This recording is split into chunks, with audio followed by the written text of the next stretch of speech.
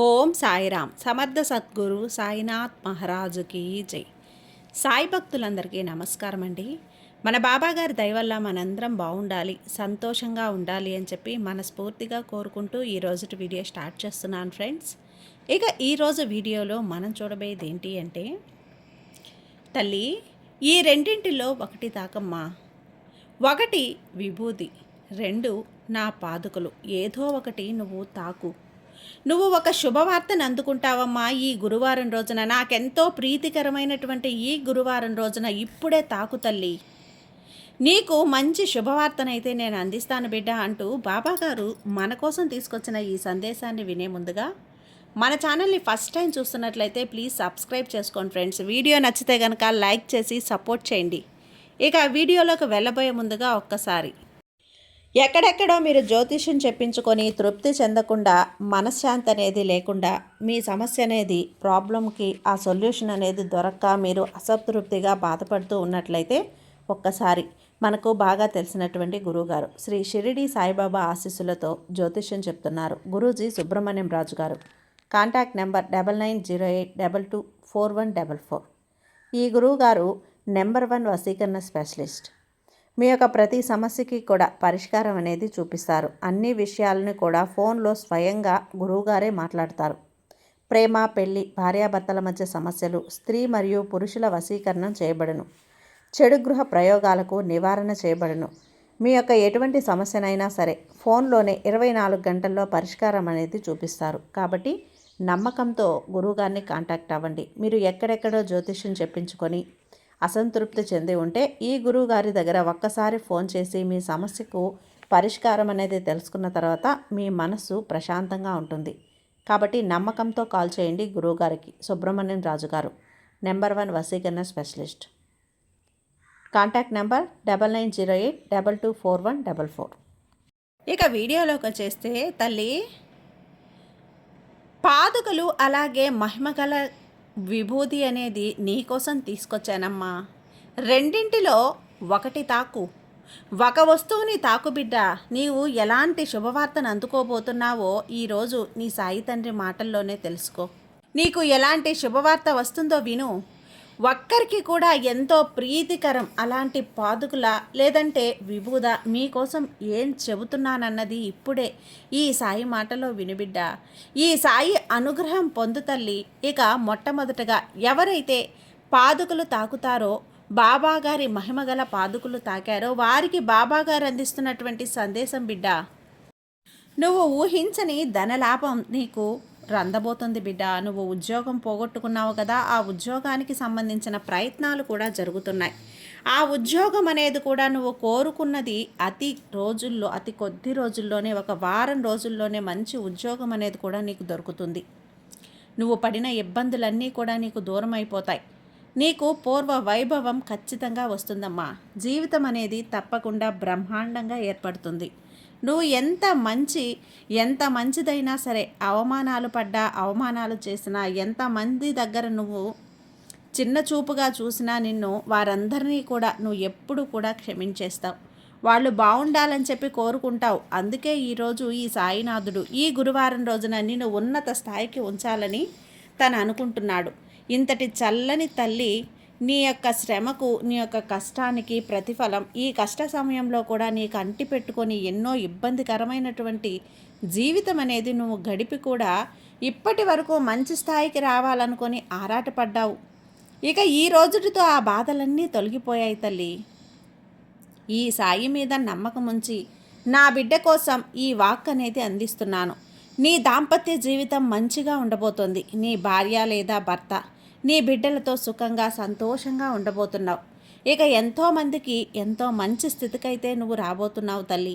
నీ కష్టానికి తగ్గ ప్రతిఫలం, సంపాదన కూడా తోడై నిన్ను ఈ సమాజం ఎంతో ఉన్నతమైన స్థానానికి తీసుకెళ్తుందమ్మా. ఇప్పుడు కూడా నీ కుటుంబమే నీ బలం తెలుసా?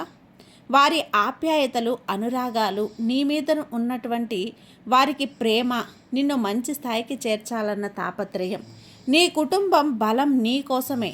నీకు నీ బలమే కదా, నీ కుటుంబమే కదా నీకు బలం. అలాంటిది గుర్తుంచుకో. ఆ బలమే బలహీనత కూడా నీ కుటుంబమే బలం. అలాగే బలహీనత.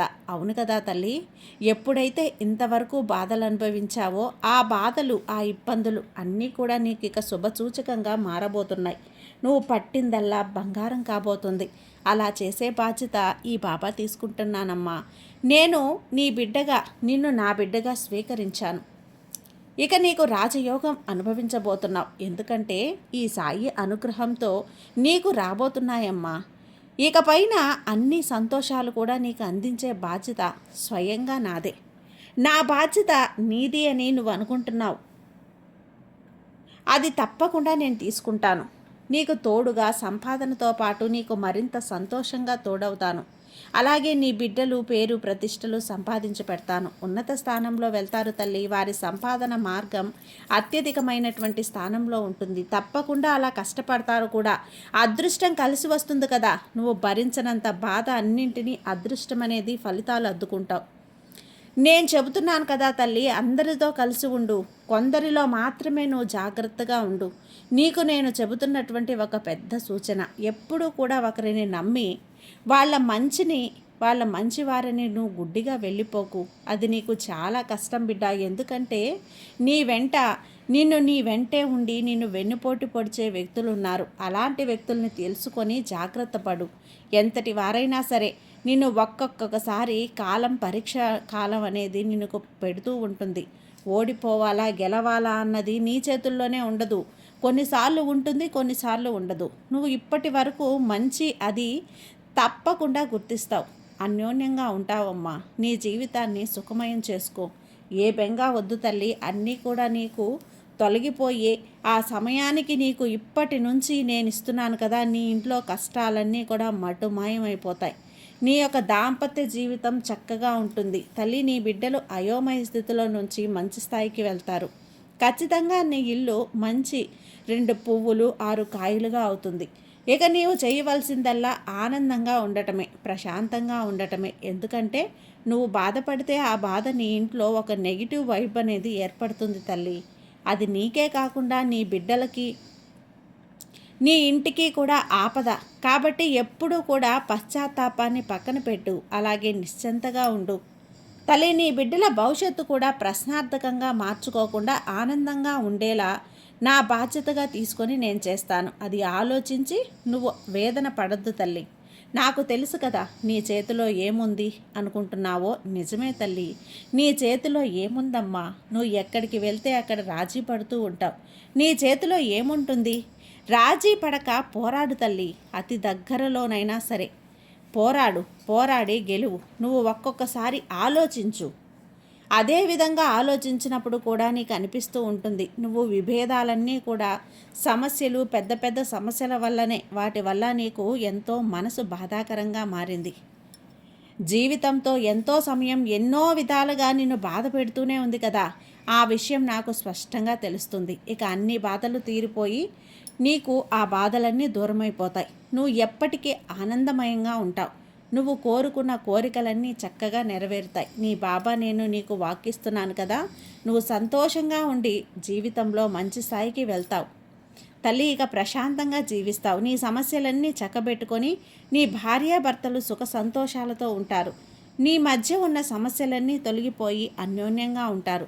నీ బిడ్డల భవిష్యత్తు బంగారమయం చేస్తానమ్మా. ఎందుకంటే సమయం అనుకూలంగా లేక మీరిద్దరూ చాలా చాలా ఇబ్బందులు పడ్డారు. ఒకవేళ సహజంగానే కూడా సరిగ్గా మీరు మంచివారే, మంచితనం కలవారే. కానీ నేను సంతోషం దూరం చేసుకున్నాను. మాటికి మీరు అలుగుతూ ఉన్నారు. ఇప్పటి నుంచి నువ్వు లక్ష్మీ కటాక్షాన్ని అనుభవించబోతున్నావు. అన్ని సమస్యలు సర్దుమణిగిపోతాయి తల్లి. లక్ష్మీదేవి కటాక్షం నీకు అనుగ్రహిస్తున్నానమ్మా. ఆ తల్లి కటాక్షంతో నీ ఇంట్లో సిరి సంపదలు, శుభవార్తలతో ఆనందంగా. మొట్టమొదటగా నువ్వు ఎప్పుడైతే ఒకటి మాత్రం ఆలోచించు తల్లి, ఎప్పుడైనా కానీ నేను ఏ పనిని మొదలుపెట్టినా నా జీవితం బంగారు బాటగా ఉండగలను అని ఆ పనిని నువ్వు నమ్మకంగా చేసుకుంటూ వెళ్ళు. నీ జీవితం అన్ని రోజులు మంచిగా ఉంటాయి బిడ్డ. మిమ్మల్ని ఎవరైనా అవమానించి బాధ పెడతారో వాళ్ళే నీ దగ్గరకు వచ్చి నీ మంచితనం తెలుసుకుంటారు. ఆ సమయం దగ్గరలోనే ఉంది. నీ ఓర్పు, సహనం ఇదంతా సాధ్యమవుతుందని గుర్తుంచుకో. ఇన్ని రోజులు పడ్డ కష్టానికి ఒక ముగింపు దొరికింది కదా. నువ్వు అర్థం చేసుకుంటావు కదా తల్లి, అందుకే చెప్తున్నాను. శ్రద్ధ అనేది, సబూరి అనేది రెండు ఆయుధాల్లా నువ్వు తీసుకో. జీవితాన్ని బంగారు బాటలా చేసుకో. నీ సాయి అనుగ్రహం నీకు ఎల్లవేళలా ఉంటుంది. నీ సాయి మీద నమ్మకం ఉంచు, నీకంతా మంచే జరుగుతుంది. ఇక రెండవది బాబాగారి విభూది. ఇక బాబాగారి విభూది ఎవరైతే తాగారో వారికి ఉన్న అనారోగ్య సమస్యలన్నీ కూడా తొలగిపోతాయమ్మా. నువ్వు ఈ సాయి విభూది తాకావు కదా బిడ్డ, నీ యొక్క ఆరోగ్యం కుదుట పడుతుంది. ఈ సందేశం నువ్వు వింటున్నావు అంటే ఖచ్చితంగా నీ ఆరోగ్య సమస్యలు దూరమైనట్టే, నీ కష్టాలన్నీ పటాపంచులైనట్టే. నీ ఆరోగ్యం కుదుటపడి నీ జీవితంలో అద్భుతాలు జరగబోతున్నాయి. ఈరోజు నీకు పని జరగలేదు అంటే రేపు నువ్వు ఎంతో ఆశ్చర్యకరమైనటువంటి సంగతులు, శుభవార్తలు నువ్వు వినబోతున్నావని అర్థం చేసుకో. ఈరోజు నీకు పని జరగలేదు అంటే రేపటి రోజున జరుగుతుందేమో అని కూడా ఎప్పుడూ కూడా అనుకోవద్దు. నేను నష్టజాతకురాల్ని, నాకే ఎందుకు ఇలా జరుగుతోంది అని అనుకోవద్దు. నా చుట్టుపక్కల ఉన్నవాళ్ళు, నా స్నేహితులందరూ సంతోషంగా ఉన్నారు. వాళ్ళంతా కూడా మంచిగా అద్భుతంగా ఉన్నారు, మంచి ఉద్యోగాలతో ఉన్నారు, కానీ గొప్పగా ఉన్నారు. నేను మాత్రం ఎందుకు ఇలా తక్కువగా ఉన్నాను? నిన్ను నువ్వు నిందించుకోకూడదు తల్లి, తక్కువ చేసుకోకూడదు, బాధపడకూడదు, చింతించకూడదు. అలా బాధపడి ఎటువంటి లాభం ఏముంది చెప్పు? కాబట్టి సమయం ఉన్నప్పుడే ఏదైనా నువ్వు జాగ్రత్త పడాలి. ఇప్పటి నుంచి నీకు మించిపోయినటువంటి సమయం అంటూ ఏదీ లేదమ్మా. ఎప్పటి నుంచి నువ్వు ఎలా అయితే సాధించాలని కలలు కంటున్నావో దానిపైన దృష్టి పెట్టు. తప్పకుండా ఆ దృష్టి పెట్టిన నీకు విజయం కలుగుతుంది. ఒక కిరీటంలా మారుతుంది. నువ్వు చిన్న చిన్న అవమానాలకి బాధపడితే ఎలా చెప్పు? వారిని చూసి నువ్వు ఎప్పుడూ కూడా కంగారు పడకు. వారిని చూసి నువ్వు చాలా గర్వంగా ఉండు.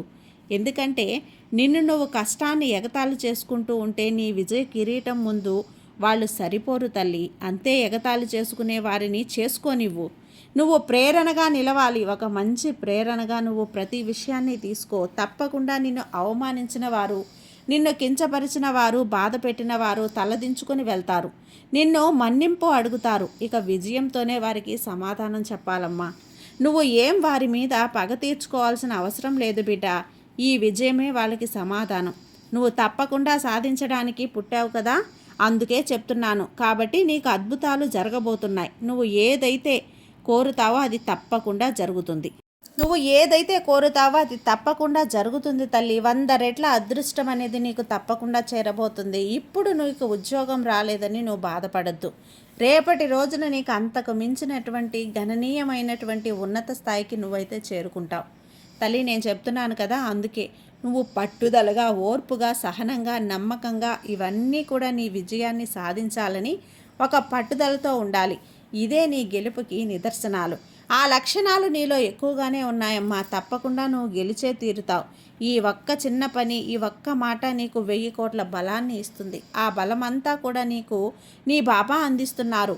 ఇక ఎలాంటి కష్టం, ఏ కష్టం కూడా నిన్ను భయపెట్టదు. ఖచ్చితంగా నీకు జరగాల్సింది జరిగే తీరుతుంది. నీకు రావలసిన అద్భుతం వచ్చే తీరుతుంది. ఇక నువ్వు నా మీద భారం వేశావు కదా, నీ చింతగా ఉండు, నిశ్చింతగా ఉండు తల్లి. నీ యొక్క పని నువ్వు చూసుకో. ఈ సాయి తండ్రి నీకు మాట ఇస్తున్నాను. ఇప్పటి నుంచి నువ్వు పడ్డ కష్టాలు వేరు, ఇక నుంచి నువ్వు అనుభవించబోతున్నటువంటి సంతోషాలు వేరమ్మా. అన్నింటికీ నేను సాక్షిని. నువ్వు ఇప్పటి వరకు పడినటువంటి బాధలు ఏవైతే ఉన్నాయో అవన్నీ అనుభవించినటువంటి సంతోషాలతో సమానంగా చేసుకుంటావు.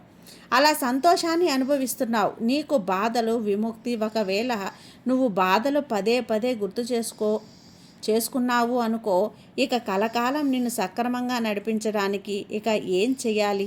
నిన్ను నువ్వు మార్చుకోవాలి. కాబట్టి కాలానికి తగ్గట్టుగా మారాలే తప్ప బాధపడకూడదు.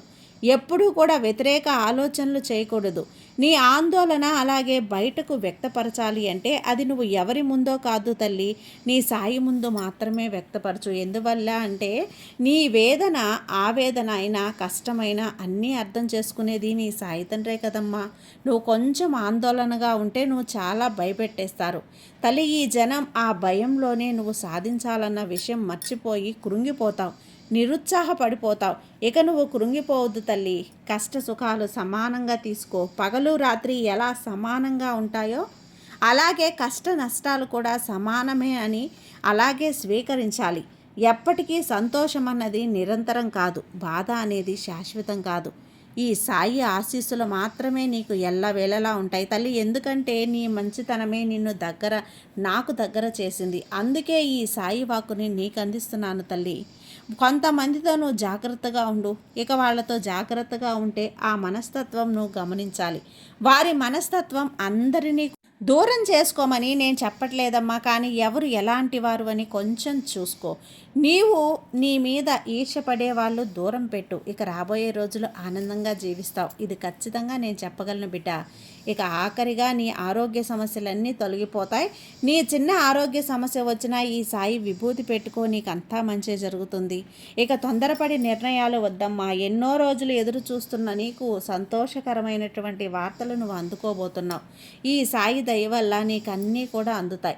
ఆటంకాలన్నీ తొలగిపోతాయి. ఇక నీకు రావాల్సిన ఆర్థిక స్తోమత లభిస్తుంది. ఆర్థిక ఇబ్బందులు తొలగిపోతాయి. నువ్వు అనారోగ్యం మదన పడ్డావు కదా, ఆరోగ్యం కోసం కుదుటపడి ఆరోగ్యంగా జీవిస్తావు. ఈ సాయి నీకు నీ వాక్కుని అందిస్తున్నాను కదా, ఇక నిశ్చింతగా ఉండు. నీకు అంతా మంచే జరుగుతుంది. ఈ సాయి మీద నమ్మకంతో ఉన్న నీకు అంతా మంచే జరుగుతుంది తల్లి. సంతోషంగా ఉండు. సర్వేజన సుఖినో భవంతు. జై సాయిరాం.